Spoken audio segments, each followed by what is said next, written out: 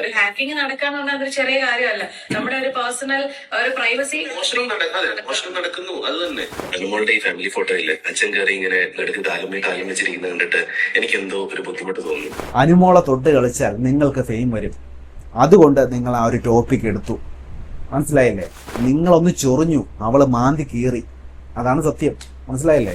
കാലിന്മേൽ കാൽ വെച്ച ഒരു ഫോട്ടോ എടുക്കാൻ അവൾ ആഗ്രഹിച്ചതിൽ എന്ത് തെറ്റാണ് നിങ്ങൾ കാണുന്നത്? കുറച്ച് കരഞ്ഞു മെഴുകി എങ്ങനെയും കുറച്ച് ഫെയിം ഉണ്ടാക്കുക, കുറച്ച് പൈസ ഉണ്ടാക്കുക എന്നൊക്കെയുള്ള കാര്യമുള്ളൂ. ഇപ്പൊ വിവരമില്ലാത്ത ആൾക്കാരാണ്. നമ്മളിന്ന് സംസാരിക്കാൻ പോകുന്നത് യൂട്യൂബർ അനുമോളുമായി ബന്ധപ്പെട്ട പുതിയൊരു വിഷയത്തെ കുറിച്ചാണ്. അതായത് കഴിഞ്ഞ കുറച്ച് ദിവസങ്ങളായിട്ട് അനുമോളുടെ കല്യാണ വീഡിയോകളും വ്ളോഗുകളും ഒക്കെ നിങ്ങൾ കണ്ടിട്ടുണ്ടാകുമല്ലോ. പക്ഷെ നമ്മളിന്ന് സംസാരിക്കാൻ പോകുന്നത് ആ ഒരു വിഷയമല്ല. അവരുടെ കല്യാണ വീഡിയോ, അവരുടെ വ്ളോഗുകളും അതങ്ങ് മാറ്റി വെച്ചേക്കാം. നമുക്കിന്ന് ഫോട്ടോയിലേക്ക് വരാം.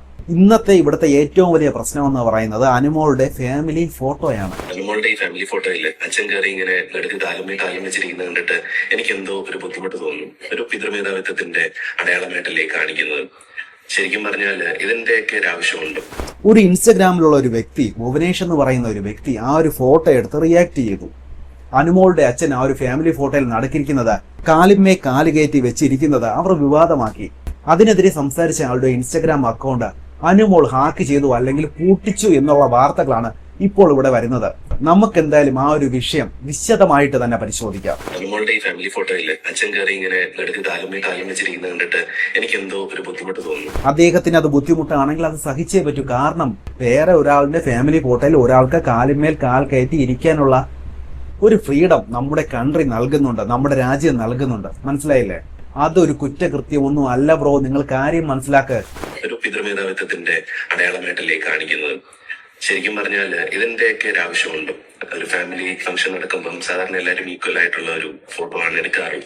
പിന്നെ അനുമോളെ പോലുള്ളവർക്കൊന്നും അറിയത്തില്ലല്ലോ പാട്രിയാർക്കി എന്താണ്, അത് സമൂഹത്തിന് കേടാണെന്നോ അങ്ങനെയുള്ള കാര്യങ്ങളൊന്നും അനുമോൾക്ക് അറിയത്തില്ല. അനുമോൾക്ക് കുറച്ച് കരഞ്ഞു മെഴുകി എങ്ങനെയും കുറച്ച് ഫെയിം ഉണ്ടാക്കുക, കുറച്ച് പൈസ ഉണ്ടാക്കുക എന്നൊക്കെയുള്ള കാര്യമുള്ളൂ. ഇപ്പൊ വിവരമില്ലാത്ത ആൾക്കാരാണ്, ബുദ്ധിമോശമാണ്.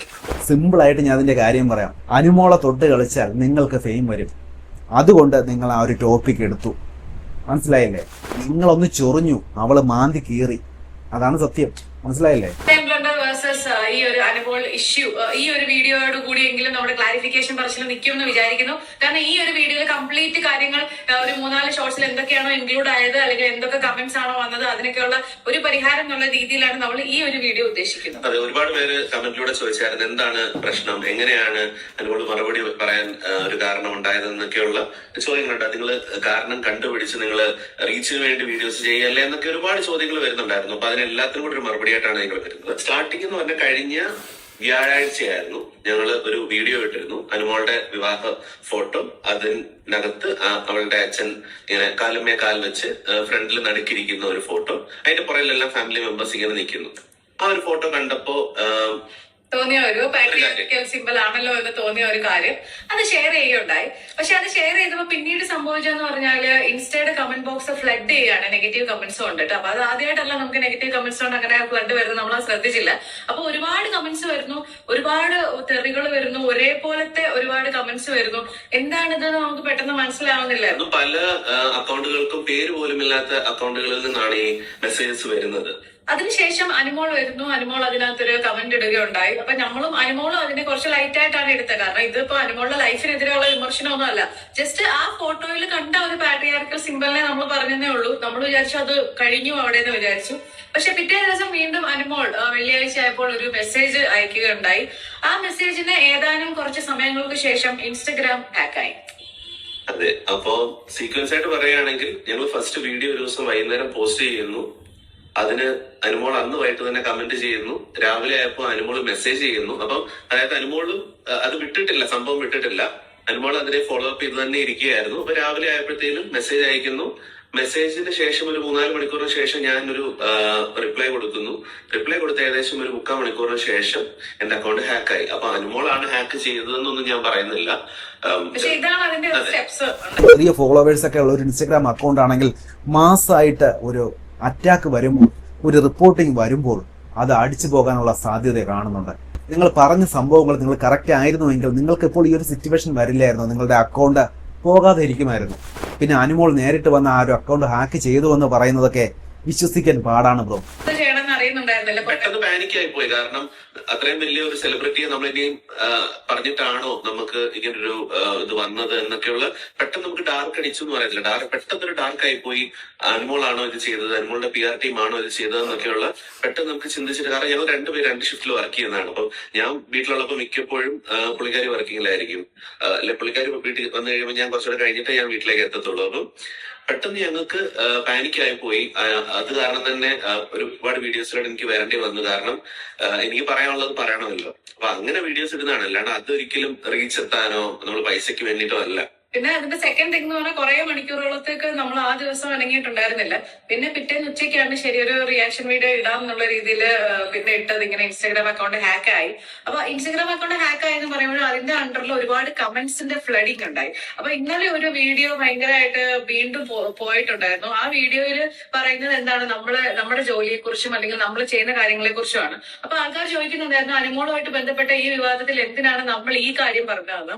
കാരണം ഈ ഇൻസ്റ്റാഗ്രാം ഹാക്ക് ആയെന്ന് പറഞ്ഞിട്ട് ഇടുമ്പോഴത്തേക്കും ആൾക്കാർ വന്ന് അതിനകത്ത് കമന്റ് ഇടുന്നത് അനുമോൾ ഉൾപ്പെടെയുള്ള നന്നായി പോയി എന്നൊക്കെയുള്ള രീതിയിൽ അതൊക്കെ ഇത് തന്നെ വേണം. അത് ഒരിക്കലും ഒരാൾക്കൊരു ദുർഗതി വരുന്നത് നല്ലതാണെന്ന് പറയുന്നത് ശരിയല്ലല്ലോ. ഇപ്പൊ ആരുടെ അക്കൗണ്ട് ഹാക്ക് ചെയ്യപ്പെടുന്നത് നല്ല കാര്യമല്ല. കാരണം നമ്മുടെ ഡേറ്റാസ് ഉണ്ട്, പേഴ്സണൽ ഇൻഫർമേഷൻ ഉണ്ട്, ഇമെയിൽ അഡ്രസ് ഉണ്ട്, മൊബൈൽ നമ്പറുണ്ട്, അപ്പൊ കുറെ കാര്യങ്ങൾ അതിനകത്തുണ്ട്. ഒരു ഹാക്കിംഗ് നടക്കാന്ന് പറഞ്ഞാൽ അതൊരു ചെറിയ കാര്യമല്ല. നമ്മുടെ ഒരു പേഴ്സണൽ ഒരു പ്രൈവസി മോഷണം നടക്കുന്നു. അത് തന്നെ ഒരു വീട്ടിൽ ഒരാൾ മോഷണം ചെയ്താൽ നമ്മുടെ ശത്രുവിന്റെ വീട്ടിൽ ഒരു മോഷണം നടന്നു കഴിഞ്ഞാൽ അതൊരിക്കലും നല്ലതാണ് നമുക്ക് പറയാൻ പറ്റത്തില്ല. ആളിനോടുള്ള ദേഷ്യം കൊണ്ട് അത് നല്ലതായി പോയി എന്ന് പറയുന്നത് ശരിയല്ലല്ലോ. അതേപോലെ ഒരു കാര്യമാണ് ഹാക്ക് ചെയ്യപ്പെട്ടു എന്ന് പറയുന്നത്. അനുമോൾ ഉൾപ്പെടെ ഉള്ളവർ വന്ന് പറഞ്ഞത് ജോലിക്ക് പോകൂളേ, അല്ലെങ്കിൽ ജോലിക്ക് പോകൂ, നിനക്ക് വേറെ പണിയൊന്നുമില്ലേ, പണിയെടുത്ത് ജീവിക്കൂ, വീഡിയോ മേക്ക് ചെയ്ത് ജീവിക്കാതെ എന്നുള്ളതാണ്. അത് എന്തുകൊണ്ട് ആ വീഡിയോ ഇട്ടെന്ന് പറഞ്ഞാൽ വീഡിയോ മേക്ക് ചെയ്തല്ല നമ്മള് മണി അല്ലെങ്കിൽ ഇതിനകത്ത് മോണിറ്റൈസ് ആയ ചാനലാണ്. ബട്ട് സ്റ്റിൽ നമ്മൾ ഇതിനകത്ത് നിന്നുള്ള ഒരു മോണിറ്ററി ബെനിഫിറ്റ് കൊണ്ടല്ല നമ്മുടെ ലൈഫ് മുന്നോട്ട് കൊണ്ടുപോകുന്നത് എന്നാണ് നമ്മൾ ഇന്നലത്തെ ആ ഒരു വീഡിയോയിലൂടെ ഉദ്ദേശിച്ചത്. നമ്മളിപ്പോ എന്തെങ്കിലും കാര്യങ്ങൾ വന്ന് പറയുന്നുണ്ടെങ്കിൽ ഞങ്ങൾ സ്ട്രോങ് ആയിട്ട് പാട്രിയാർക്കിക്ക് അഗൻസ്റ്റ് ആയിട്ട്, ടോക്സിസിറ്റിക്ക്, മസ്കുലൈനിറ്റിക്ക് അഗൻസ്റ്റ് ആയിട്ട്, അതുപോലെ നന്നായി ഫെമിനിസത്തെ സപ്പോർട്ട് ചെയ്യുന്ന അല്ലെങ്കിൽ ഡിങ്ക് കൾച്ചറിനെയൊക്കെ സപ്പോർട്ട് ചെയ്യുന്നവരാണെന്ന് നമ്മുടെ പ്രഷർക്ക് ഓൾറെഡി അറിയാമായിരിക്കും. അപ്പൊ അതിനെ ഊന്നി പറയുക, കുറച്ച് പേർക്കെങ്കിലും ഇൻഫ്ലുവൻസേഴ്സ് അല്ലെ, നമുക്ക് സമൂഹത്തെ ഇൻഫ്ലുവൻസ് ചെയ്യാൻ പറ്റും എന്നുള്ള രീതിയിൽ ഒരു ഫാമിലി ഫോട്ടോയിൽ ഒരു അച്ഛനെ നടുവിലിരുത്തി എന്നത് അത്ര ഒരു ആഗോള പ്രശ്നമാക്കി മാറ്റേണ്ട ആവശ്യമുണ്ടോ? ഞങ്ങൾ ഉദ്ദേശിക്കുന്നത് തന്നെ അച്ഛനെതിരെ അല്ല. ഞങ്ങൾ അച്ഛൻ ഇല്ലാത്തവരോ ഞങ്ങൾ അച്ഛനെ സ്നേഹമില്ലാത്തവരോ ഒന്നുമല്ല. ഞങ്ങൾ അച്ഛനെയും അമ്മയും ഒരുപോലെ സ്നേഹിക്കുന്ന ആൾക്കാരാണ്. അവിടെ എല്ലാത്തിനും ഉപരി എല്ലാവരും വ്യക്തികളായിട്ട് അവരുടെ സെൽഫ് റെസ്പെക്റ്റിനെ മാനിച്ചുകൊണ്ട് നിൽക്കുന്ന ആൾക്കാരാണ്. അപ്പം അച്ഛന് കൂടുതൽ ഊന്നൽ എന്ന ആ ഒരു സംഭവത്തോടാണ് നമുക്ക് എതിർപ്പ്. അച്ഛൻ അമ്മ ഒരുപോലെ തന്നെയാണ്. ആങ്ങള പെങ്ങൾ ഒരുപോലാണ്. അവർക്കിടയിൽ യാതൊരുവിധ വ്യത്യാസമില്ല. ജെൻഡർ ബേസ് ചെയ്ത് അവരുടെ ഫാമിലിയിലെ പൊസിഷന് വ്യത്യാസം ഉണ്ടാവാൻ പാടില്ല. അതേ ഞങ്ങൾ പറയാൻ ഉദ്ദേശിക്കുന്നുള്ളൂ. അല്ലാണ്ട് അനുമോളുടെ കല്യാണ ഫോട്ടോ അനുമോൾക്ക് എങ്ങനെ വേണമെങ്കിലും ഇരിക്കുക, അനുമോളുടെ അച്ഛൻ എങ്ങനെ വേണമെങ്കിലും ഇരിക്കുക, അതൊന്നും മാറ്റർ അല്ല. ഇവിടെ ഞങ്ങൾ എന്താണ് പറഞ്ഞത്, എന്താണ് കൺവേ ചെയ്യാൻ ശ്രമിച്ചത്. അവിടെ അനുമോളാവട്ടെ, നാളെ അത് മറ്റൊരു സിനിമാ നടിയാവട്ടെ, ആരും ആയിക്കോട്ടെ, അദ്ദേഹം ആ ഒരു വീഡിയോയിൽ സംസാരിച്ചത് ആ ഒരു സംസാരിച്ച ശൈലി അത്ര ശരിയായിട്ടില്ല എന്ന് തന്നെയാണ് ഞാൻ പറയുന്നത്. നിങ്ങൾക്ക് ഒരാളെ വിമർശിക്കാം, എന്നാൽ അനുമോൾക്ക് ബുദ്ധിയില്ല, കരഞ്ഞു മെഴുകി കാശുണ്ടാക്കുന്നു എന്നൊക്കെ ഒരാളെ വ്യക്തിപരമായിട്ട് അധിക്ഷേപിക്കാൻ നിങ്ങൾക്ക് എങ്ങനെ തോന്നി? നിങ്ങൾ ഒരു ആശയം പറഞ്ഞ് മനസ്സിലാക്കുന്നതിന് പകരം അവരെ വ്യക്തിപരമായി ആക്രമിക്കുകയാണ് അവിടെ ചെയ്തത്. അത് കണ്ടുകൊണ്ട് നിൽക്കുന്ന സാധാരണക്കാരായ ആൾക്കാർ അനുമോളുടെ പക്ഷം ചേരും. അവർ അനുമോളുടെ പ്രേക്ഷകരായിരിക്കാം, അല്ലാത്തവരും ഉണ്ടാകാം. അനുമോളുടെ ഈ ഫാമിലി ഫോട്ടോയില് അച്ഛൻ കയറി ഇങ്ങനെ എടുത്ത് കാലും വെച്ചിരിക്കുന്നത് കണ്ടിട്ട് എനിക്ക് എന്തോ ഒരു ബുദ്ധിമുട്ട് തോന്നുന്നു. ഒരു പിതൃമേധാവിത്വത്തിന്റെ അടയാളമായിട്ടല്ലേ കാണിക്കുന്നത്. ആ ഒരു മനുഷ്യൻ കാലുമേൽ കാൽ കയറ്റി വെച്ചിരുന്നതിന് ഒരു കുഴപ്പമില്ല. അതിനൊരു കാരണമുണ്ട്, ഞാൻ നിങ്ങൾക്ക് വ്യക്തമാക്കി പറഞ്ഞു തരാം. ഒരു പടുകുഴിയിലേക്ക് പോയിക്കൊണ്ടിരുന്ന ഒരു കുടുംബത്തെ സ്വന്തം പ്രയത്നം കൊണ്ട്, സ്വന്തം കഷ്ടപ്പാട് കൊണ്ട് ഉയർത്തിക്കൊണ്ടുവന്ന ഒരു പെൺകുട്ടിയാണ് ഈ അനുമോൾ എന്ന് പറയുന്നത്. ആ ഒരു വീട്ടിലെ ഗൃഹനാഥനാണ് അവളുടെ അച്ഛൻ. അദ്ദേഹം ഒരുപാട് സ്ട്രഗിൾ ചെയ്ത ബുദ്ധിമുട്ടിയ ഒരാൾ തന്നെയാണ്. ആ ഒരു മകൾ നല്ലൊരു നിലയിൽ എത്തി നിൽക്കുമ്പോൾ സ്വന്തം അച്ഛനെ നടുക്കിരുത്തി കാലിന്മേൽ കാൽ വെച്ച് ഒരു ഫോട്ടോ എടുക്കാൻ അവൾ ആഗ്രഹിച്ചതിൽ എന്ത് തെറ്റാണ് നിങ്ങൾ കാണുന്നത്? ഒരുപക്ഷെ ക്യാമറാമാൻ പറഞ്ഞൊരു പോസ്റ്റ് തന്നെ ആയിരിക്കാം അത്. ആ ഒരു ക്യാമറാമാൻ തന്നെ വന്ന് കമന്റ് ഇട്ട് ആ ഒരു കാര്യം വ്യക്തമാക്കിയിട്ടുമുണ്ട്. സ്വന്തം മകളുടെ സന്തോഷം അല്ലെങ്കിൽ വീട്ടുകാരുടെ സന്തോഷം മനസ്സിലാക്കാൻ നിങ്ങളെപ്പോലുള്ളവർക്ക് കഴിയില്ല എന്നത് കഷ്ടമാണ്. ഒരു കഷ്ടപ്പാടിന്റെ അവസ്ഥയിൽ നിന്ന് ഉയർന്നു വരുമ്പോൾ കൂടെ നിൽക്കുന്ന അമ്മയും അച്ഛനെയും തന്നെയാകും ഏതൊരു മകളും മുന്നിൽ നിർത്താൻ ആഗ്രഹിക്കുന്നത്. അത് തന്നെയാണ് ഇവിടെയും നടന്നത്. അതല്ലാതെ ഇങ്ങേര് പറയുന്നത് പോലെ അദ്ദേഹത്തിന്റെ മേധാവിത്വം ഒന്നും അവിടെ കാണിക്കുന്നതല്ല. എന്തായാലും ഇത്രയൊക്കെയാണ് കാര്യങ്ങൾ. ഈ വിഷയത്തിൽ എന്താണ് നിങ്ങളുടെ അഭിപ്രായം? നിങ്ങളുടെ അഭിപ്രായം എന്ത് തന്നെയാണെങ്കിലും കീഴെ കമന്റ് ബോക്സിൽ രേഖപ്പെടുത്തണം.